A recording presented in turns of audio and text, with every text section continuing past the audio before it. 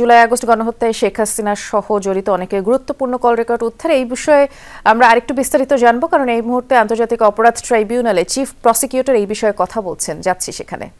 প্রয়োজন হয় যে কোনো অথরিটি, বাংলাদেশের সার্টিফাইড অথরিটি হচ্ছে আমাদের সিআইডি, সেখানে তারা এই ডিজিটাল এভিডেন্সগুলো সার্টিফাই করেন যে এটা আসলে সঠিক কিনা, এটা সঠিক জায়গা থেকে রেকর্ডেড হয়েছে নাকি এটা ভুয়া, অথবা এটা কোনো এআই দিয়ে বানানো কিনা। এই যে বিষয়গুলো, এটাকে পরীক্ষা নিরীক্ষা ছাড়া আদালতে উপস্থাপনযোগ্য হয় না। এটা জাতীয় আইনে এবং আন্তর্জাতিক আইনে এই বিধানটা আছে।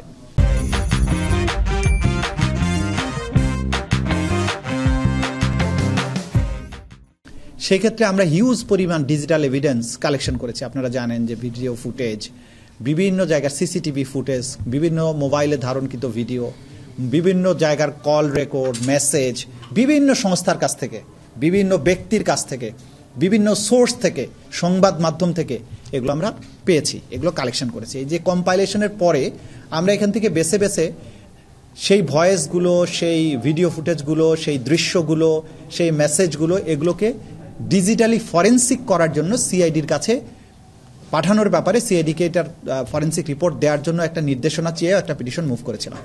সেই পিটিশনে আমরা আমাদের প্রাপ্ত তথ্যগুলো ওরা সার্টিফিকেশন দেবে। সেই ক্ষেত্রে ওনারা যদি কারো বিশেষ কোনো ব্যক্তির নাম বলে থাকেন, সেটা কোনো বিশেষ ব্যক্তির না, আসলে ওভারঅল সমস্ত এভিডেন্সের ব্যাপারেই আমরা পার্ট পার্ট করে তাদের কাছ থেকে ডিজিটাল ফরেন্সিকের টেস্টের জন্য আমরা সেখানে পাঠাচ্ছি। এই মর্মে কোর্টের কাছ থেকে আদেশ নিয়েছি।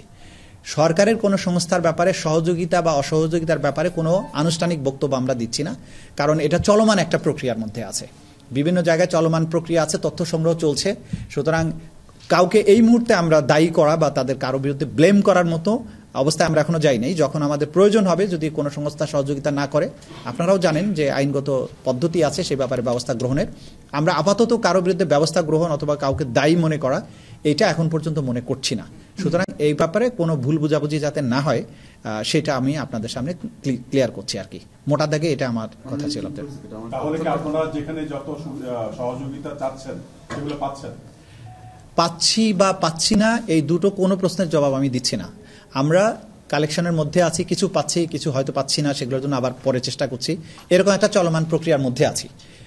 সুতরাং অসহযোগিতা কেউ করছে এরকম সরাসরি অভিযোগ করার পর্যায়ে আমরা এখনো নাই।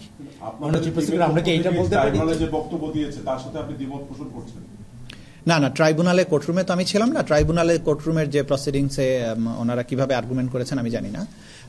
এটা হচ্ছে যে এক একজনের এক এক রকমের বুঝ থাকতে পারে, যে তথ্যটা যত সময়ের মধ্যে দেওয়া দরকার হয়তো সেই সময়ের মধ্যে দিল না। দ্যাট ডাজ নট মিন যে সে অসহযোগিতা করছে। হয়তো অনেক কারণেই সময় লাগতে পারে, যে বিষয়গুলো এত সফিস্টিকেটেড যে আপনি চাইলেই সবসময় সঠিকভাবে নাও পাইতে পারেন।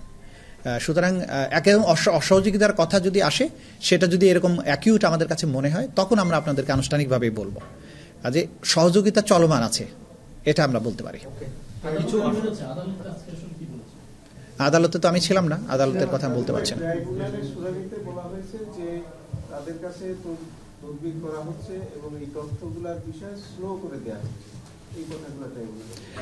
দেখেন, আমি এটাই ক্লারিফাই করে আমি যেটা বলছি এটা আমাদের অফিসিয়াল বক্তব্য।